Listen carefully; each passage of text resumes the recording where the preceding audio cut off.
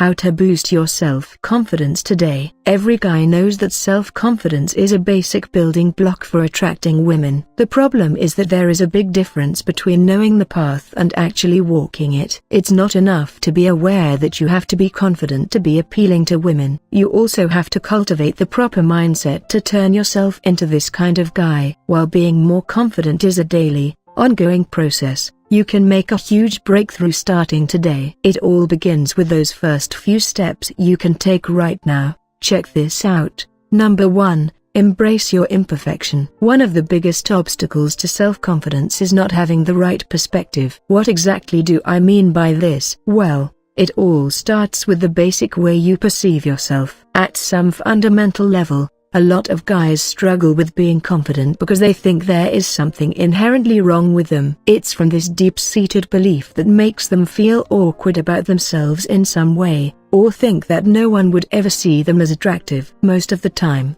the way that you look, or rather, the importance you place on it, forms the core of these negative thoughts. What you have to remember is that even the guys who get a lot of dates experience a deal of self-doubt. The difference with these guys is that they've trained themselves to shut off this distracting noise in their heads and manage their negative thoughts before it gets the best of them. After all, it's these very things that eat away at your self-confidence. If you've read one of our previous articles before, you'll realize that while looks have a place in dating, it's not the end-all be-all to the game. If you're having a hard time believing this, wrap your mind around this question. Should you feel lacking in some way just because you're not the male perfect specimen? Call me crazy, but I'm pretty sure there are a lot of guys who are dating, or end up marrying, good-looking women even if they're not one of those airbrushed male models you see on those billboards. In fact, average dudes outnumber the ridiculously good-looking ones,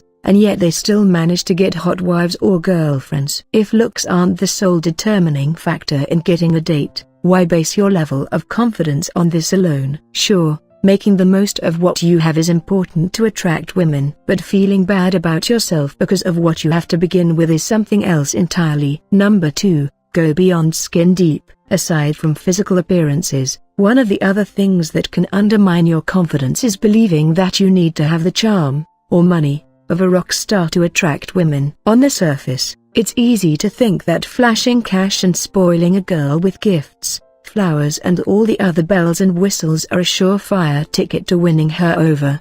But the fact is that all of those things are smoke and mirrors. No healthy, stable relationship needed to survive on an overabundance of material wealth. I'm not trying to preach here, since everyone needs money to live comfortably. Then again, you can't rely on this stuff to get a date or make a girl fall for you. All the external trappings of wealth are essentially a crutch that you can lean on forever. So as long as you're actively doing something to improve your financial situation, for example not living in your mom's basement or begging for change in the streets, you don't have to worry about lining your pockets with fat stacks of cash or having a Ferrari in your garage. Women that use those things as the yardstick to measure a guy aren't worth hanging out with anyway. What you should concern yourself with is working on your masculine qualities. I'm talking about things like your sense of purpose, the ability to see things to completion and not compromising your principles just to appease someone. If you need some guidance on this,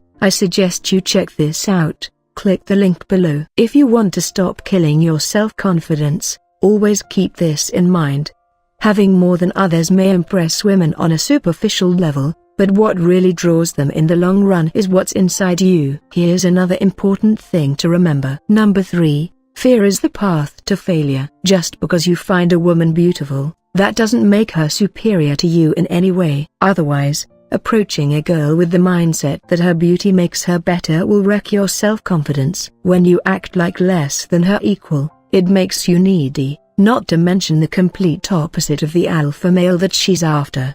The worst turn-off about this attitude is being afraid of offending her. Granted that there are some things that are offensive, like being sleazy, you can't be too afraid to use good-natured humor or poke harmless fun at her. Fear is never a good place to come from. And when she senses this in you, it'll make her less likely to consider you as a potential boyfriend. While you shouldn't act like a spineless wimp hung up on her approval, You don't have to act like a chauvinistic jerk either. This is a fine line to walk for sure, but being aware of this will help you strike that ideal balance. It doesn't stop there though. The other factor that fuels this fear is thinking that all your happiness and self-worth depends on whether or not you get her number. Going into the field with this thought in your head is a great way to fail with women. That's because you'll be absolutely crushed when she turns you down or gives you the cold shoulder. You might even think that something's wrong with you. This is how your self-confidence goes down the drain and makes you want to quit altogether. You can't look at the big picture this way. Getting rejected may sting like hell, but the truth is that you have to mess up before you can improve your game. It's called growing pains. So you just have to suck it up and learn as much as you can from the experience. If you've ever felt these irrational fears eating away at you, today is the perfect time to acknowledge what's happening and cut them off from your thoughts. You don't have to waste your time or energy any longer on anticipating the worst, because no girl you'll meet is going to be the last one on the planet. So why act like the fate of the universe is riding on one attempt? Thank you. If you would like any further advice, click the link below.